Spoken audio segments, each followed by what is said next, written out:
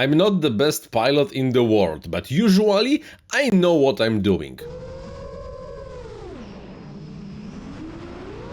This, however, was not always true. When 7 years ago I started my FPV adventure, I sucked, and I sucked a lot. Today, let's say I'm happy with my skills level. And here is the montage of the FPV footage from my archive that showed how crappy of the pilot and how crappy of the hardware and the software we were using 5 or even 6 years ago.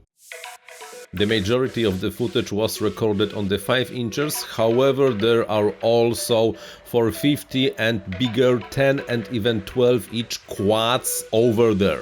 Some flights are with clean flights, some flights are with Betaflights, and some flights are even with the ZMR250. Yes, everybody loves ZMR250. Crappy motors, crappy ESCs, crappy propellers, and what's most important, crappy pilot.